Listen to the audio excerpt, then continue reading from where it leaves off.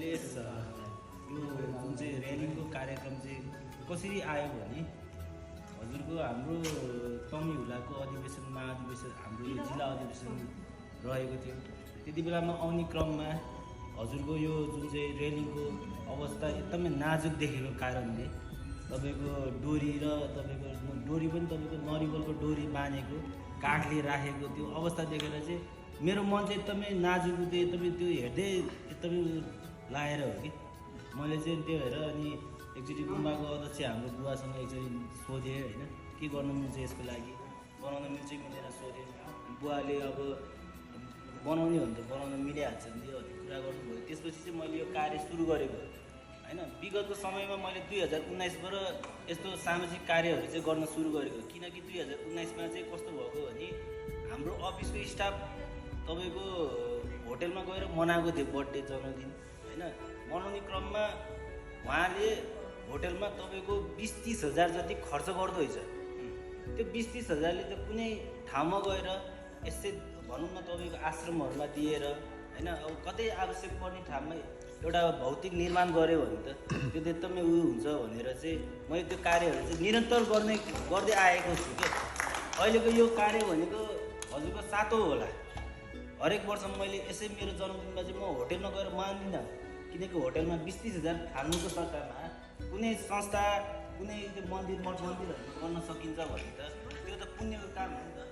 त्यही भएर होला मेरो यो दोस्रो जुनी हो क्या। अरूहरूले भन्छ अब मेरो सिएमसीमा आउने बेला मेरो जम्मा 2% चान्स दिएको कुरा मरिसक्ने मान्छे हो क्या। तर भगवान् बुद्धको कृपाले होला मैले दोस्रो जीवन पाएको क्या। त्यही भएर चाहिँ पैसा भन्ने चिज जिन्दगीमा मान्छेको धेरै कमाइन्छ क्या, तर मान्छेलाई कहिले पनि पैसाले पुग्दैन।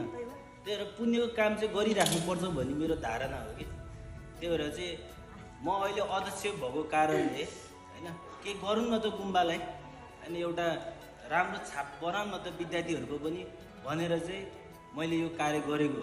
भित्र पनि अब गुरुले भन्नुभयो 7 बजेदेखि रेलिङ हालिदिनु पऱ्यो भनेर, त्यो भित्रको रेलिङ पनि बाहिर बन्दैछ होइन। त्यो कारणले चाहिँ यो हेर्दा पनि एकदमै हाम्रो त यो एकदमै गुम्बा एउटा पवित्र ठाउँ हो यो होइन। विगतको वर्षदेखि नै यो इस्टाब्लिस भएको गुम्बा। मेरो बाजे खुद यो गुम्बाको भवन बनाउने बेलामा आफै स्वयंसेवक भएर लागेको, आर्थिक सङ्कलन गर्नुभएको। त्यही भएर यो गुम्बाप्रति चाहिँ मेरो एकदमै लगाव छ क्या, माया छ क्या। त्यही भएर चाहिँ आफ्नै गुम्बामा गरौँ न त यो वर्ष, आश्रमहरूमा भन्दाखेरि चाहिँ यो वर्ष चाहिँ यतै गरेको हो कि। पोहोर चाहिँ अब मैले तपाईँको गढीको देवी मन्दिरमा चाहिँ रङ रोगन गराएको थियो। अनि त्यहाँको बच्चाहरूलाई चाहिँ स्कुलको बच्चाहरूलाई चाहिँ एकदमै नाजुक कि कपडा पुरै फाटेको देखेर चाहिँ 35वटा बच्चाले ट्र्याकसुट बाँडेको थियो भने यो वर्ष चाहिँ आफ्नै गुम्बालाई के गरौँ न त, भगवान् बुद्धले गरेर बाँचेको छ होइन, यहीँ गुम्बामा गरौँ भनेर चाहिँ त्यो योजना पारेको कारणले चाहिँ यो वर्ष चाहिँ यतै गरेको हो कि मैले। त्यो भनेर सबैलाई यस्तो बर्थडेको अवसरमा यसरी गरिदिनु भएकोमा धेरै धेरै धन्यवाद व्यक्त गर्न चाहन्छु होइन। मैले अहिलेसम्म यसरी गरेको चाहिँ छैन, पहिलोचोटि नै हो। धन्यवाद, त्यसको लागि धेरै धेरै धन्यवाद। यसरी नै माया साथ चाहिँ हजुरहरू पनि पाओस् भन्ने आशा गर्दछु।